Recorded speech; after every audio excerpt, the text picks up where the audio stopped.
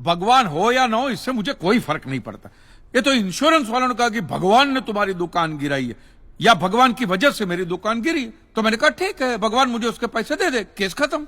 लेकिन भगवान तुम्हारी दुकान क्यों गिराएंगे? मूर्ख कहीं का। स्वामी जी प्लीज, जो कुछ भी कहना है विटनेस बॉक्स में आकर कहें।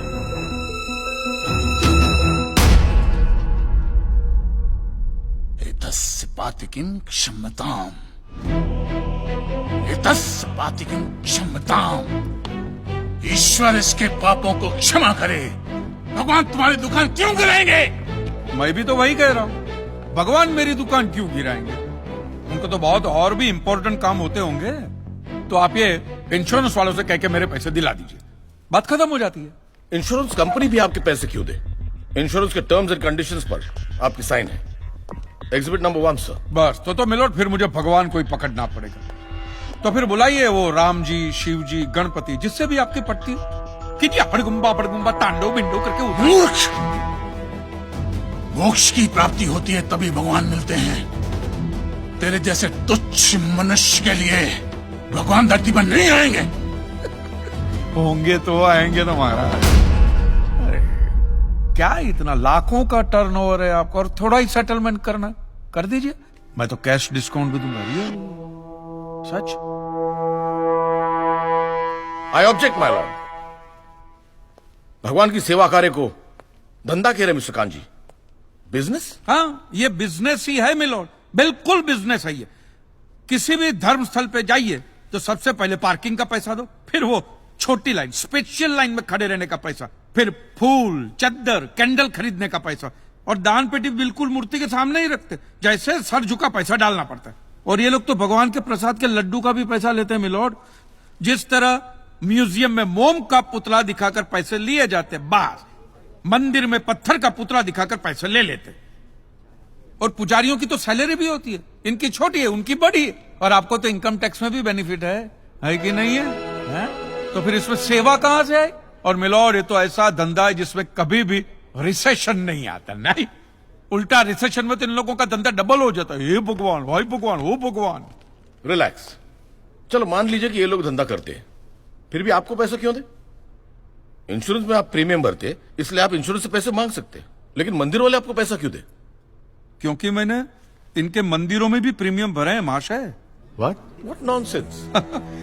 ये मुझे विश्वास था, आप मेरी बात का विश्वास नहीं करेंगे, इसलिए मिलोड में सारे प्रूफ साथ लेकर ही आया। ये देखिए, ये सब रिसीट मिलोड उस प्रीमियम की है जो मैं पिछले 18 सालों से भरते आ रहा हूं, मेरी वाइफ के कहने की वजह से। ये देखिए, पहला प्रीमियम मैंने भरा था 1501 रुपये का, साउथ में बहुत बड़ा मंदिर है, उसमें मैंने पैसे भरे थे। देखिए, फिर ये देखिए, हर साल 1000 रुपए भर रहा हूं आपके गणपति के स्टॉल में। देखिए, उसे स्टॉल नहीं मंडप कहते हैं। मिलोड वो मेरी सासू मां बीमार रहती थी, तो मंदिर वालों ने कहा कि 11,000 रुपया दो, पूजा कराओ, फिर देखो। तो पूजा कराई और सासू मां टपक गई। चलो वो तो अच्छा हो, लेकिन 11,000 भी गए, और एक भी रुपया रिफंड का नहीं दिया उन्होंने मुझे। फिर ये देखिए, ये मस्जिद का चंदा, दरगाह की चद्दर, चर्च की कैंडल, फकीर की झोली, बाबा की अगरबत्ती, माँ की चुंदड़ी, टोटल में 10-10.5 लाख रुपया इन सारी दुकानों में भर चुका हूं। बस! क्या दुकान लगा रखा है? इसे मंदिर कहते हैं, मंदिर!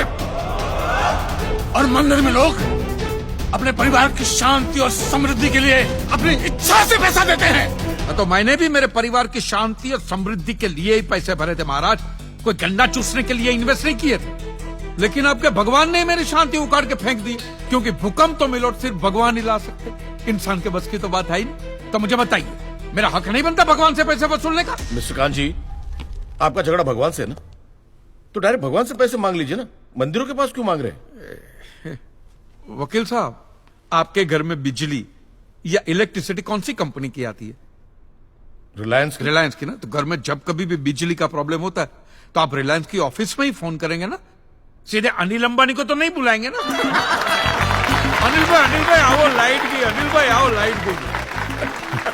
साइलेंस। आप कहना क्या चाहते हैं? What do mean? ये जो साधु यहाँ है, ये जो पंडित जी यहाँ है, ये क्या भगवान के ऑफिसर्स है? नहीं नहीं, ये लोग ऑफिसर्स नहीं है भाई। ऑफिसर तो पढ़े लिखे लोग होते हैं। ये लोग तो देखो देखो मुंह देखो, सेल्समैन है मिलोड, सेल्समैन। भगवान के कलेक्शन एजेंट है, क्योंकि इन्होंने भगवान की फ्रेंचाइजी ली। न्यायाधीश महोदय, ये मनुष्य नास्तिक है। जो ये कह रहा है उसका ज्ञान स्वयं से नहीं है, परंतु हम तो साधु हैं, इसे क्षमा कर देते हैं। लेकिन इस अधम पाप के लिए दुनिया इसे कभी माफ नहीं करेगी। तेरा घर से निकलना कठिन हो जाएगा अगर भगवान के विरुद्ध कुछ भी कहा तूने। मैया मोरी, ये आपको मेरी चिंता हो रही है कि मिलोड के सामने मुझे चेतावनी दे रही हैं? हमें जीव मात्र की चिंता है। तो फटाफट पैसे निकाले, बात खत्म कीजिए फिर। My Lord, this is enough. ये डोनेशन रिसीट्स है, जनरल सबमिशन। भगवान और मेरे क्लाइंट के बीच कोई एजेंसी एग्रीमेंट नहीं है। कांजी बेतु की बात कर रहे हैं। इतनी छोटी सी बात के लिए भगवान पर केस नहीं हो सकता। छोटी बात मिलोड, ये छोटी बात नहीं है। वो दुकान मेरा सब कुछ है, मेरी रोजी रोटी, मेरे बीवी बच्चों का सहारा वो दुकान है। और एक एक रुपया जोड़ के दिन रात की मेहनत के बाद मैंने वो दुकान बनाई थी। आज वहां पे सिर्फ जमीन का टुकड़ा रह गया है, वो भी कोई लेने को तैयार नहीं है। ये मंदिर वाले कहते हैं श्रद्धा से दान दो, आपका कभी बुरा नहीं होगा। और इंश्योरेंस वाले कहते हैं टाइम पे प्रीमियम दो, बुरा हुआ तो हम है ना। तो मैंने तो दान भी दिया है मिलोड, और प्रीमियम भी भरे, और आज दोनों के दोनों ने हाथ ऊपर कर लिए। मैं एक मामूली आदमी, मिडिल क्लास में, मेरा परिवार, मेरे बीवी बच्चे रास्ते पे आ जाएंगे। नहीं मिलोड, आपको मेरी बात इस अदालत में रखने का मुझे मौका देना ही चाहिए। और भारत का संविधान भी मुझे मेरी बात इस अदालत में रखने का हक देता है। Please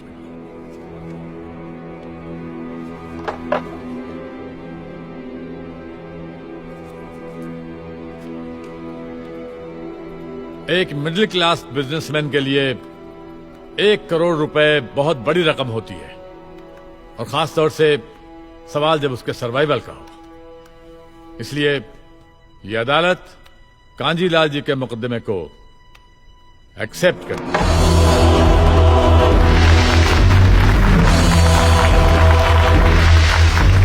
silence.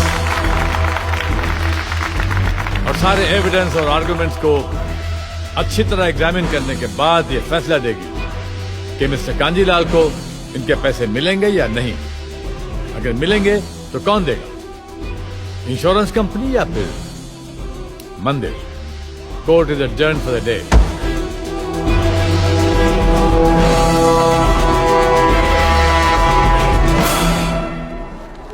रुकिए रुकिए महाराज, अब आप लोगों को जितनी पूजा करनी हो, आरती करनी हो, जितना घंटा हिलाना हो, सब हिला लीजिए।